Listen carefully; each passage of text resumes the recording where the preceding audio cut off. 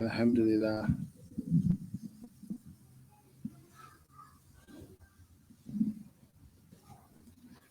The connection is not very strong today. We might have to go only on Facebook, not YouTube. Inshallah. Khair.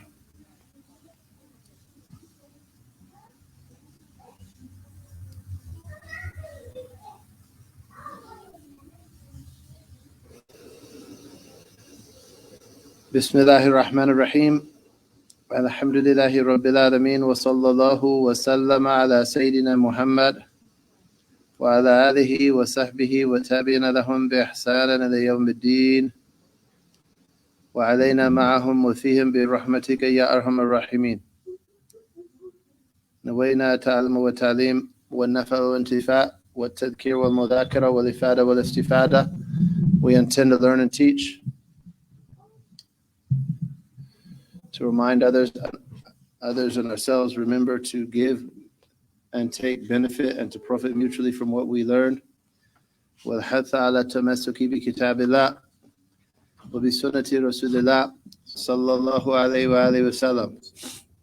We intend encouraging, holding fast to the Book of Allah and the Sunnah of Allah's Messenger, sallallahu alayhi wa alayhi wa sallam, wa du'a ila al-huda wa dilalata al-khair. We intend summoning the guidance and leading to good. Ibtigha'a wajhillah. In all of these, seeking Allah's countenance. Wa mardatihi. Wa qurbihi. Wa thawabihi subhanahu wa ta'ala, seeking Allah's countenance, pleasure, nearness to Allah, His reward subhanahu wa ta'ala. We intend what the author intends, as well as our sheikhs and the pious, and what Allah knows of good intentions. And we ask Allah to give us tawfiq, to aid, create in us the ability to obey. Those who are online, how well can you hear? Or rather, what's the quality of our stream? I could tell that my connection's not of a great quality today. And it's been patchy locally in the last few days, so I'm not surprised. Yeah, mashallah.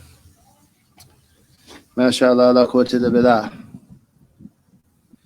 So we are continuing this lesson in Al-Yaqut an-Nafis, precious rubies, describing the school of thought of Muhammad bin Idris, which is Ash-Shafi'i, rahimahullah. We are in the book of purity, book of purification. We are studying the first of the aims of purification, which is ablution or wudu. And in our last lesson, we completed the shurut of al-wudu, bihamdillah. Inshallah, we're paying attention to these shurut, especially making sure that water run over the whole limb that we are washing, not just wiping feet, for example, or wiping moist hands on parts of our faces or arms. And today's lesson is Sunan al-Wudu.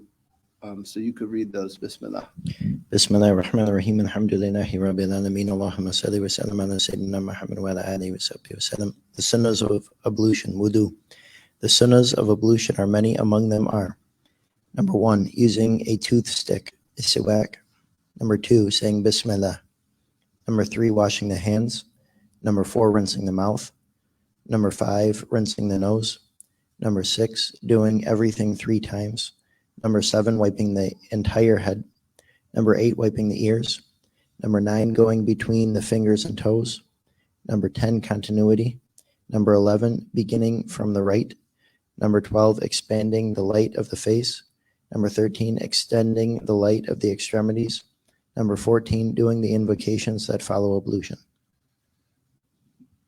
Allahu Akbar. So he says, Bismillahir Rahmanir Rahim, Sunan al-Wudu. Sunun al-Wudu'i. Sunun al-Wudu'i kathira minha as-siwak. So he said the sunan, which we're translating as sunnahs. And sunnah in hadith and usul is what the Prophet ﷺ said, did, or approved of from others. However, in the context of law, in the books of fiqh, of the practical rules of the religion, when they say sunnah, it is a synonym for mandub, recommended. So you could also say the recommended works. And there are other synonyms that apply to that.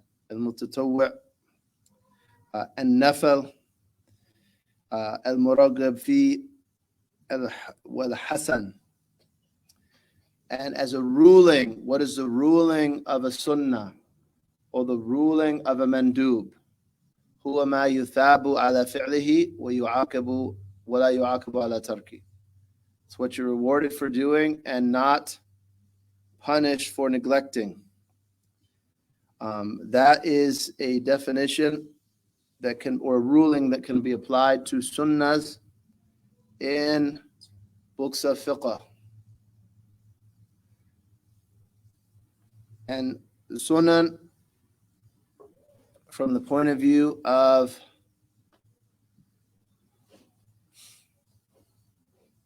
the one who prescribed them and whose Sharia prescribes them, are of immense beauty and importance. The sunnah is of immense beauty and importance.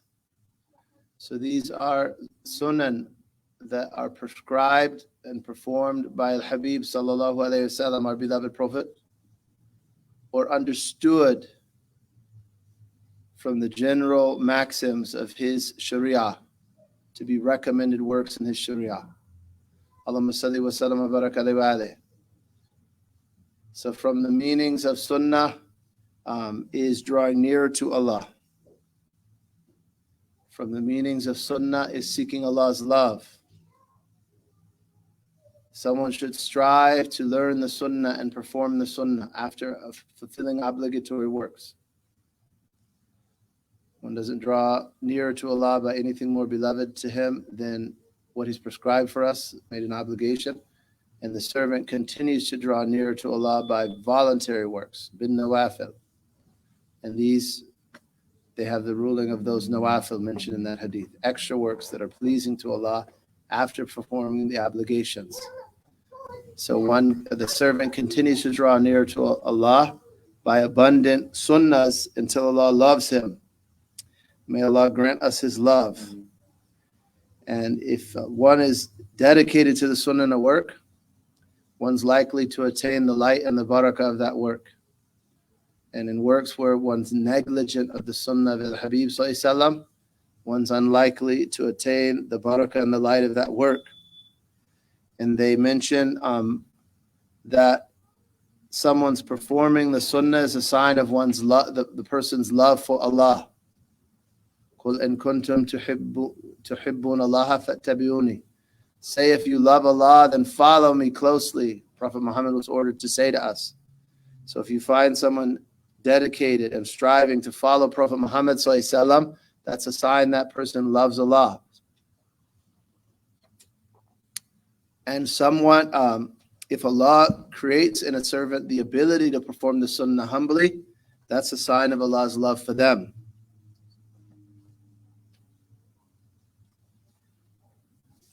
So alhamdulillah, we should learn these sunan and perform them. They say someone who is negligent of the sunnah is punished by falling into makruh.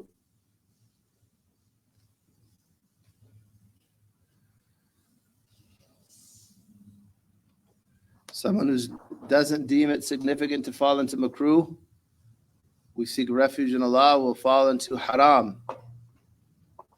Someone who doesn't deem it significant to fall into haram, a bad ending is feared for them.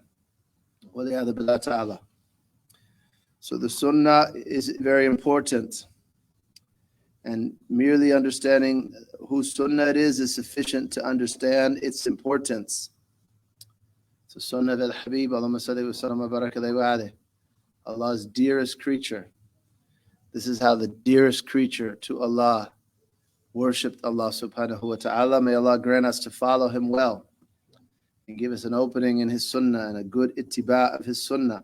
Sallallahu alayhi wa sallam. Those who are online, how well are you hearing? Or how good is our connection? Doesn't look great from my end, but hopefully it's holding. Ya Allah, bit tawfiq.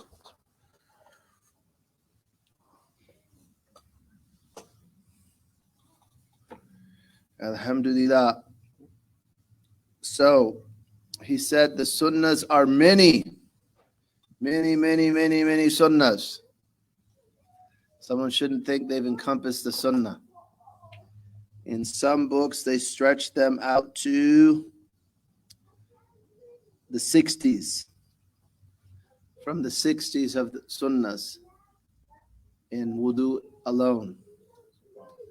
As we'll see in prayer, La ilaha illallah, they stretch them out to 1,000 in prayer. Habib Abdullah bin Hussein bin Tahir and Habib Tahir bin Hussein bin Tahir. So they are many. So it's a taller order than just saying follow the sunnah. Many sunnahs, many sunnahs. La ilaha illallah. And the sunnah is about love. In kuntum tuhibbun Allah fattabi'uni. Say, if you love Allah, follow me.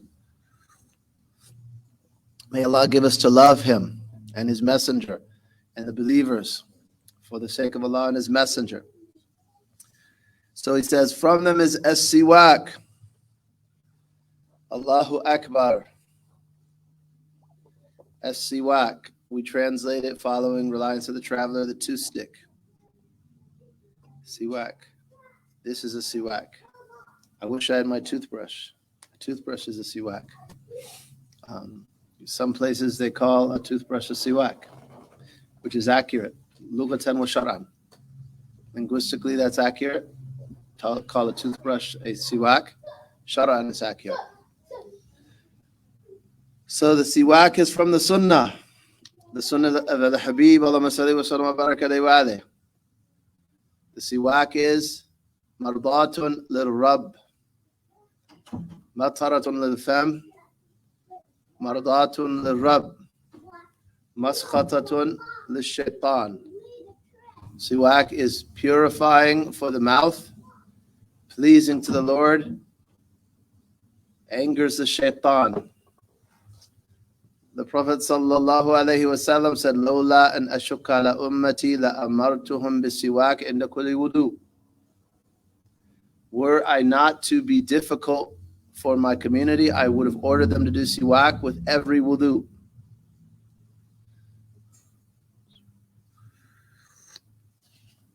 La ilaha illallah. So it is a sunnah. Now, siwak in some books is listed among khisal al-fitra, the trait, the characteristics of the Islamic nature, you could say, like clipping the mustache, using a siwak, clipping fingernails. They list those all in the same place. Sunnahs related to hygiene that are called khisal al-fitra.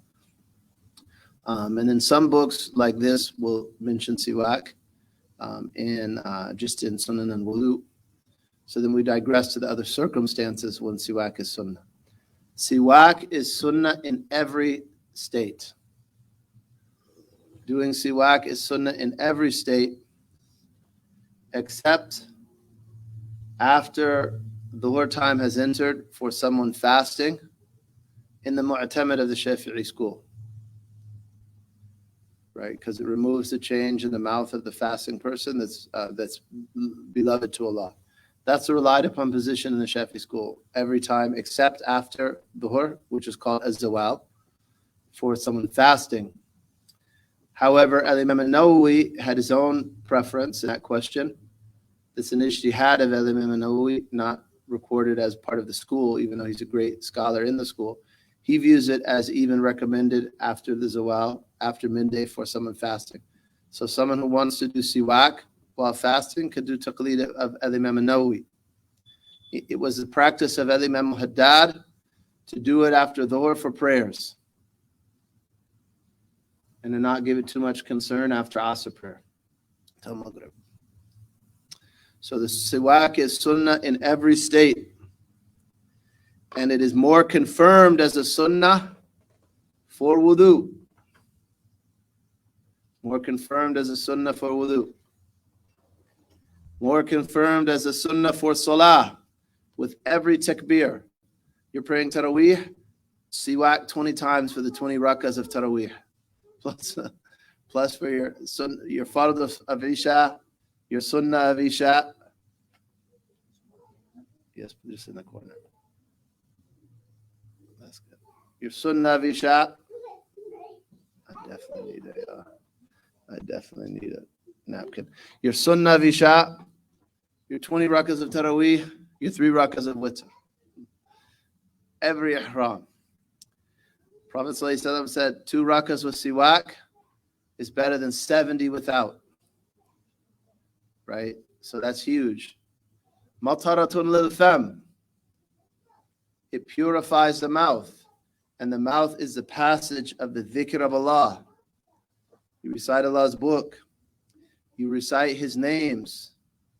Praise Him. Recite about paradise and hellfire, this world and the next, prophets and pious. So you don't want to do that without a pure mouth. So it's important. It's important, inshaAllah ta'ala, to do siwak for salah and to generally maintain siwak and dental hygiene with the intention of worship. It's done as an act of worship. When someone wishes to recite Quran, it's more emphasized, and hadith, and do dhikr of Allah. When your teeth are yellowed or any change, when entering the home, that's in the hadith of Muslim. When the Prophet ﷺ would enter his home, he would start with siwak. It's one of the times it's sunnah to do siwak when entering the home. When awakening from sleep, sunnah. Prophet ﷺ would awaken, wipe the sleep from his face, do siwak, then do dhikr of Allah. When going to sleep, sunnah. The Prophet ﷺ would awake, do siwak, means you keep siwak near your bed. He would do siwak, awaken and do siwak numerous times through the night.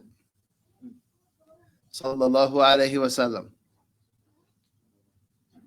And in every state in which the mouth changes, right? If the color of your mouth or the odor of your mouth change, siwak.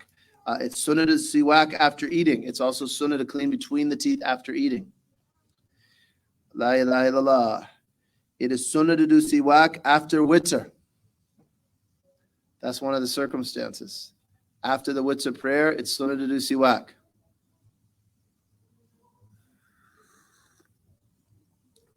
Allahu Akbar.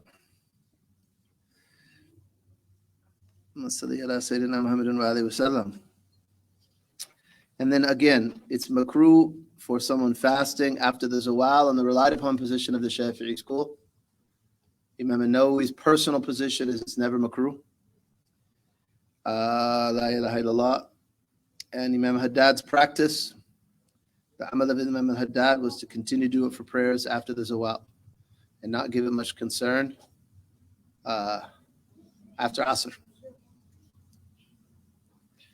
Tayyib. Siwak. What is siwak? Okay, siwak is an instrument, is a name for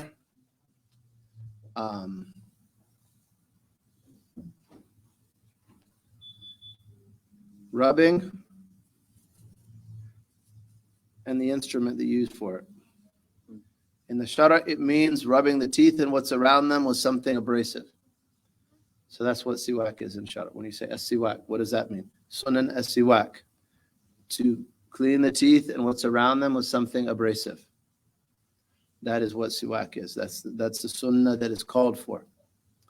That's why we said a toothbrush is a siwak, right? Toothbrush will help you perform that sunnah shar'an. It's abrasive, right? A toothbrush is abrasive. And it's also a name for the instrument used to do that, right? Linguistically, it has that name. So linguistically and legally, your toothbrush is a siwak. However, when you brush your teeth, you should intend the sunnah of siwak, right? Al-amalu bin niyat.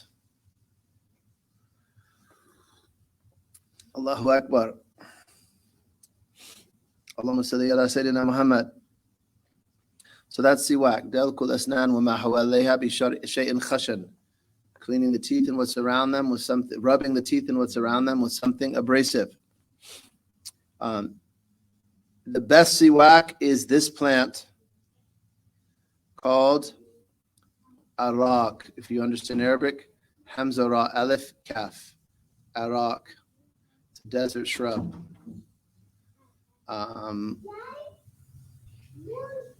That's number one. Then palm. Then olive, then anything with a good fragrance, then anything rough, anything abrasive. A washcloth could be used as a siwak. It's abrasive, even a cloth. Anything abrasive can be used as a siwak. But the best is arak. The Prophet ﷺ instructed that, so it's best because of his instruction. Allahumma salli ala Sayyidina Muhammad.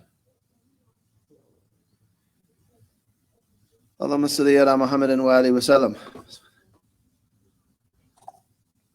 Allahu Akbar. And then this plant, it has properties that kill germs, alhamdulillah. Someone who uses a siwak and keeps it fresh and cuts it right and often enough will find that it's mujarrab. They'll find that their dentist appreciates their hygiene. Alhamdulillah. But why is it best? Because Al-Habib Sallallahu Alaihi Wasallam said so. Alhamdulillah. Allahu Akbar. And as we said, when you brush your teeth, intend siwak. Brush them after meals. Brush them before sleeping. Brush them after awakening with the intention of siwak. All of that should be rewarded. And we ask Allah to grant us that, to do that, to follow the sunnah of Al-Habib Sallallahu Alaihi Wasallam, to be mindful of obeying Allah by following His beloved when we do all of these things. And then in all of these circumstances, siwak should have the intention. There should be an intention of performing the sunnah, intending the sunnah of siwak, right? And doing siwak. La ilaha illallah. Siwak, it's best that it be moistened, dried and moistened. Even if people like to get these moist because there's more flavor in them, it's better that they be dry. And you'll find they last longer if they're dry and moistened with water. And they should be cut regularly. It is sunnah to hold it in the right hand. Tayammun. The Prophet ﷺ loved tayammun in all of his purification. To do with the right, hold with the right, begin with the right. And the way to hold it is the 3 middle fingers over top. The thumb and the pinky under. That's the way they recommend to hold a siwak. Your siwak shouldn't be longer than a handspan. Shouldn't be shorter than 4 fingers. You should shave off the bark to about a finger width. It is sunnah to do siwak on the teeth horizontally and on the tongue back and forth. It is sunnah to do the tongue, the palate, and far into the mouth. When one does it horizontally, they say it's the shape of a figure 8. Top right, bottom right, top left, bottom left. So like this would be considered one time. You got your whole teeth that way. and some of your gum. One time completes the minimum sunnah. The most complete is 3 times, unless you're doing it due to a change in one's mouth, and then one does that until it's gone. Like if you wake up from sleep, do it until your mouth is clean. So siwak like that. That's 3. On the tongue and on the roof of one's mouth. Allahu Akbar. So those are some sunnahs from the siwak. They mention up to 70 benefits of siwak. Shabini al-Khatib, in a book called Mughni al-Muhtaj, listed up to 70 some benefits. From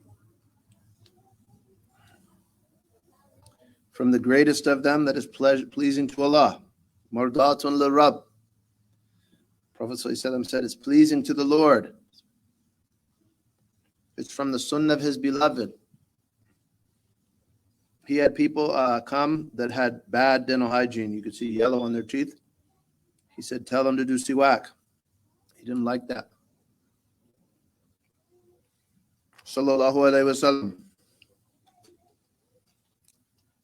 And from the greatest of its benefits, they say that it reminds you of the shahada at the time of death. I forgot to mention that. That's one of the times it's sunnah to do it, when dying.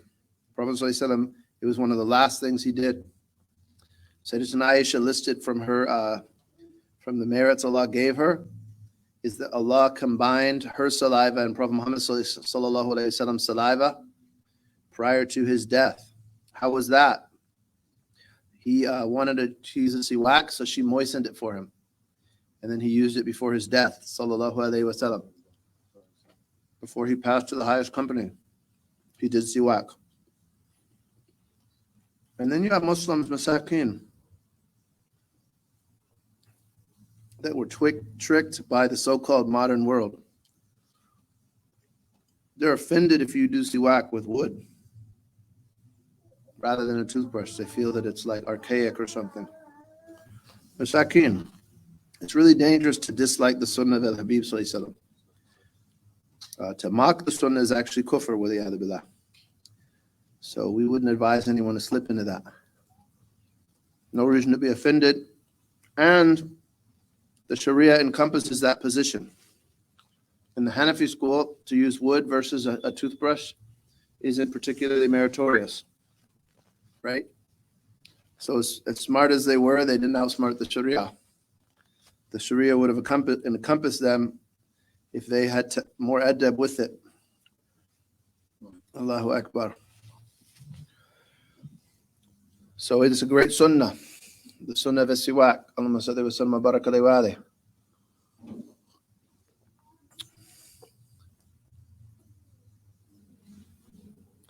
La ilaha illallah.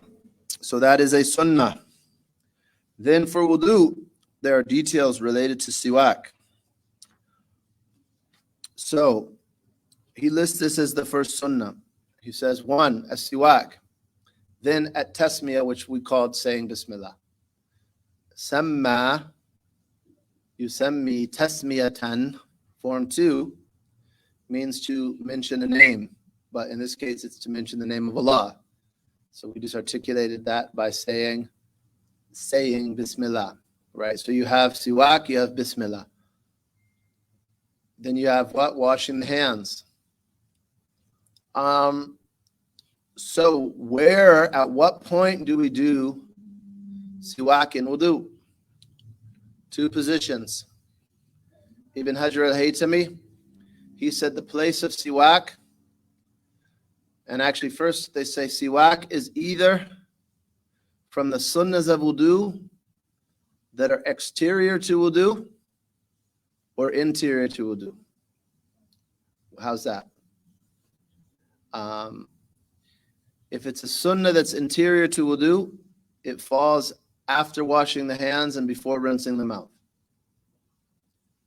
And because it falls within the other sunnahs of wudu, it doesn't require an independent intention. if we say, and that's the position of Ibn Hajar, that it's done after the hands, before the mouth, and then it doesn't require its own intention. It's combined with the intention of sunnahs in general. La ilaha illallah. Imam Ramli and others hold the view that the place of the siwak is prior to everything else, prior to wudu. In that case, it requires its own intention, right? It requires its own intention then. So if you're doing a siwak ahead of Bismillahir Rahmanir Rahim and washing the hands, it will require its own intention.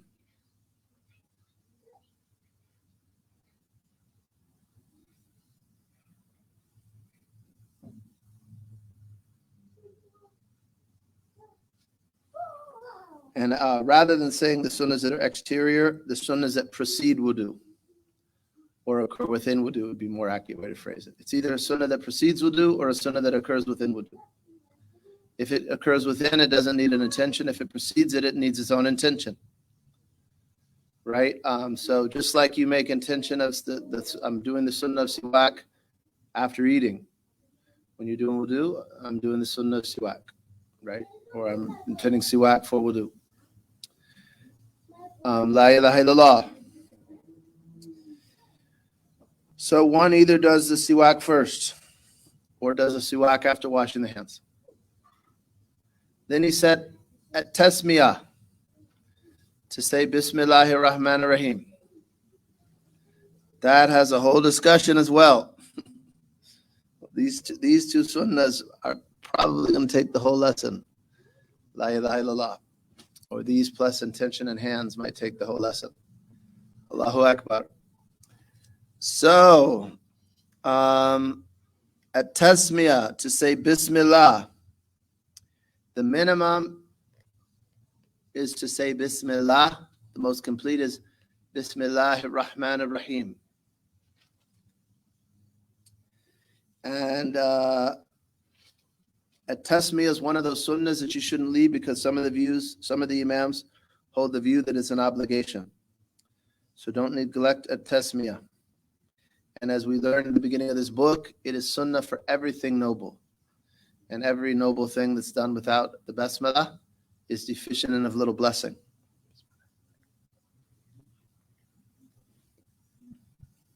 Prior to the basmalah,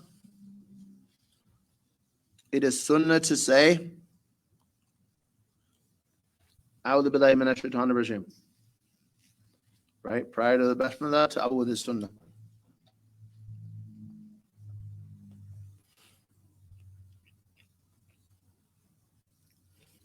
And then the basmalah. Sometimes it's a sunnah ayn. What's a sunnah ayn? A sunnah upon every individual. Just like fard ayn is an obligation on every individual in the community.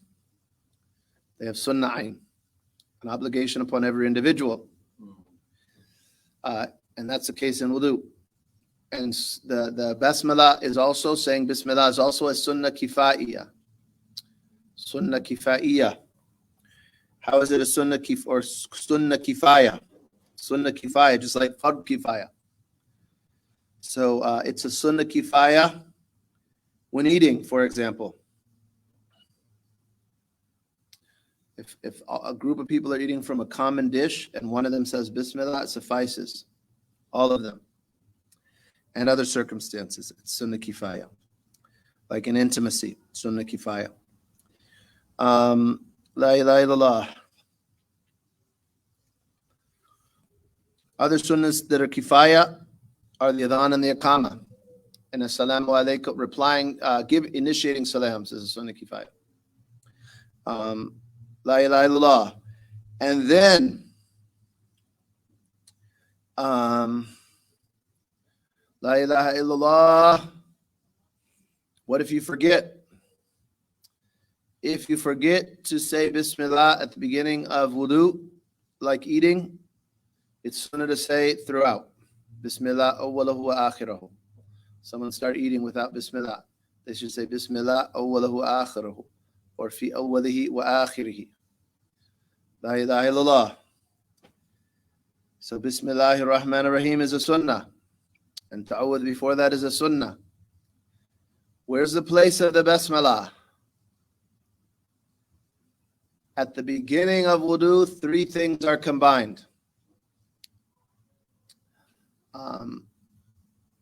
The niyyah of sunnahs, saying Bismillahir Rahmanir Rahim and washing the hands.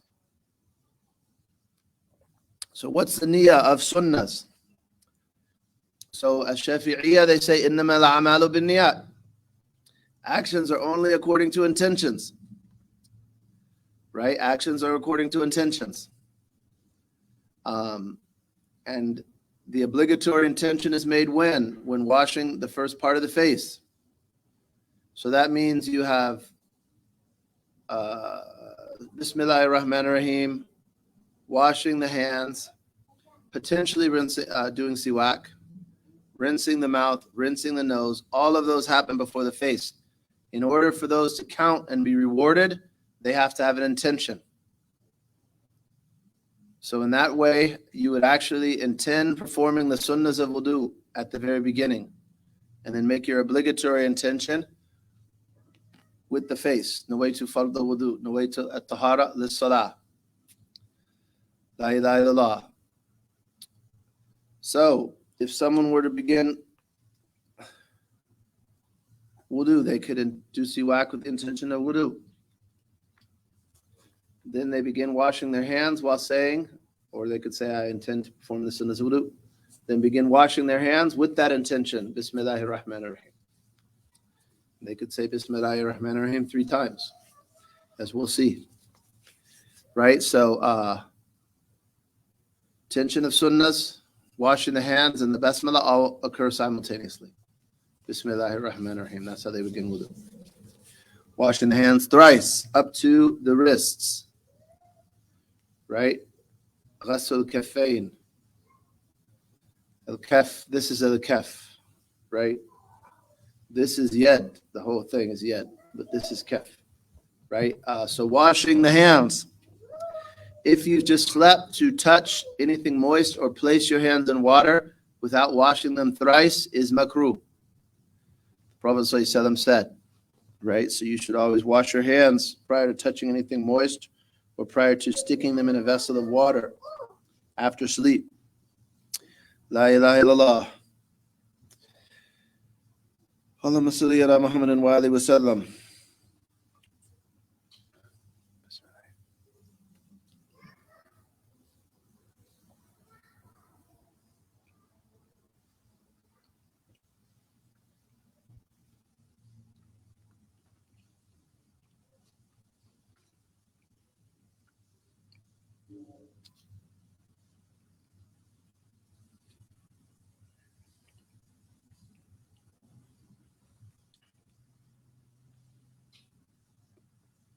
No.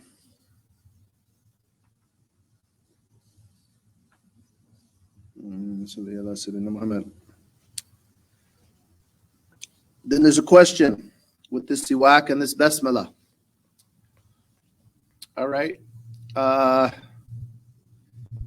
We said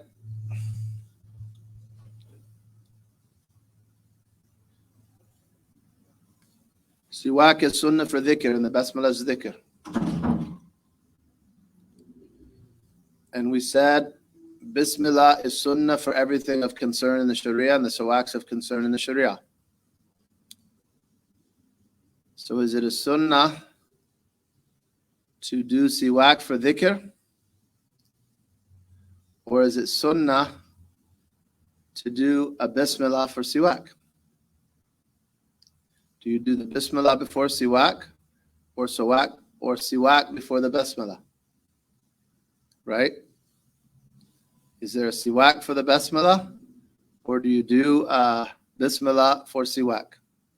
Depending on if you're going to do the sunnah for siwak inside of the... Nope, it doesn't. So it becomes a circular argument. It has no answer. Right? So the jurists, they cut that circle. They cut it by saying, do the siwak for the basmala, but no basmala for the siwak. Do siwak for the basmala, but there's no basmala for the siwak.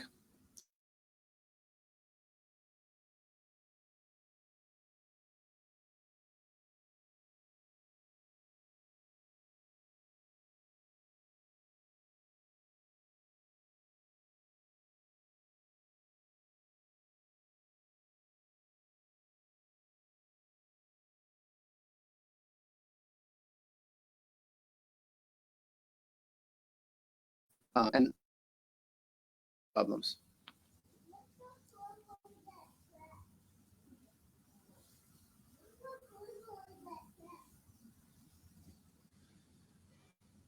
La ilaha illallah. Allahumma salli ala Muhammad. Right? So there's no basmala for the siwak, but it's sunnah to do the siwak for the basmala. La ilaha illallah. And if you begin your sunnahs with siwak, you've accomplished that. La ilaha illallah. And if not, you do two siwaks. Do one for the basmala and one after the hams. Allahumma salli ala Muhammadin wa alayhi wa sallam. So those are the first three sunnahs. A siwak with the intention. Tasmiyah, Bismillahir Rahmanir Rahim, and washing hands combined with the intentions of the sunnah of wudu. That is how you perform those first three sunnahs that are listed here, unless you were going to delay siwak to after the hands, which you could do. And that's that is the position of Shaykh Ibn Hajar, rahimahullah. La ilaha illallah. So those are sunnahs 1 through 3. Allahumma salli ala Muhammadin wa alayhi wa sallam. And then he says, rinsing the mouth and rinsing the nose, which in Arabic are al-madmada wa istinshaq. Al-madmada. What is al-madmada? Placing water in the mouth. However, excluding for someone fasting, is better to swish it around the mouth, gargle it back in the throat, and expel it. However, the minimum sunnah of al-madmada could be accomplished just by drinking the water. You did what? You placed water in your mouth. But the best way is to swish it around and back into the throat and spit it out. The minimum of istinshaq is to place water in the nose. But the best way would be to lift it into the nose thoroughly by using ears and by inhaling, and to expel it from the nose. And then al-madmada and al-istinshaq. The tartib, the order between them is demanded. What does that mean? That means if you rinse the nose prior to the mouth, you've lost the opportunity to do the mouth. So there is an order between them. There's another question in al-madmada and al-istinshaq. And incidentally, these are two other sunnahs that are makruh to leave due to those imams that hold them as an obligation. There's another discussion with washing the mouth and the nose. And that is that you can combine washing the mouth and the nose in one handful, or you can do an individual handful for the mouth and an individual handful for the nose. So they're called wasl and fasl, connecting it and separating it. They can either be connected, both being washed from the same handful, or separated, an independent handful for the mouth and an independent handful for the nose. And then you can expand that. So there's 3 ways to do each type. It comes out to 6 possibilities. We're just going to deal with 1 or 2. We'll deal with 2. So you could wash the mouth 1, 2, 3, which might be how many of us did it. And then you could wash the nose, 1, 2, 3. That would be called fasl. That would be separating, because the handful for the mouth is not the same as a handful for the nose. And then what's called wasl, combining them, is actually preferred because of the soundness of the hadith. It's a hadith from Sayyidina Ali, that the Prophet ﷺ would combine the rinse of the mouth and the rinse of the nose in one handful. And there's various ways to do that. The best of them is to take a handful of water, rinse one's mouth from that handful, rinse one's nose from that handful, right? That's the best way. And then you do that 3 times. Second handful, rinse the mouth from that handful, the nose from that handful. Third time, rinse the mouth from that handful and rinse the nose from that handful.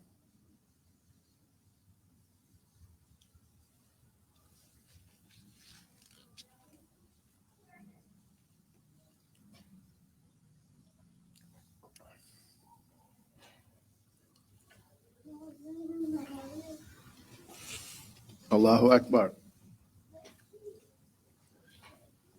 So that is madmada and istinshaq, and also to expel and remove any secretions from the nose with the left hand is sunnah. It's called istinthar, cleaning to like remove secretions. Allahu Akbar. So those are sunnahs. And again, there's a khilaf in the obligation, difference of opinion about some of them being obligation.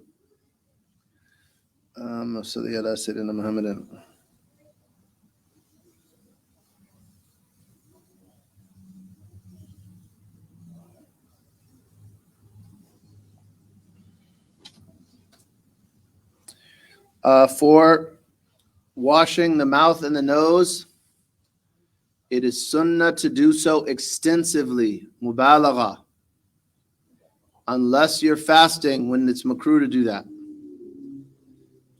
What does extensive mean? Washing it to the point where, or you could say, what's excessive while fasting? To wash so far up your nose or so far back into your mouth that it would typically go down. So if you wash that much, you're negligent while fasting. And if it breaks the fast, if it goes down, it breaks your fast because of negligence.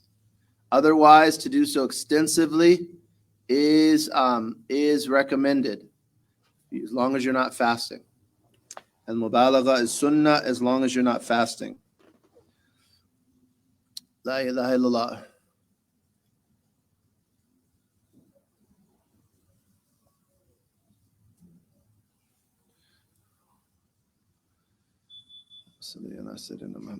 Rinse in the mouth, rinse in the nose.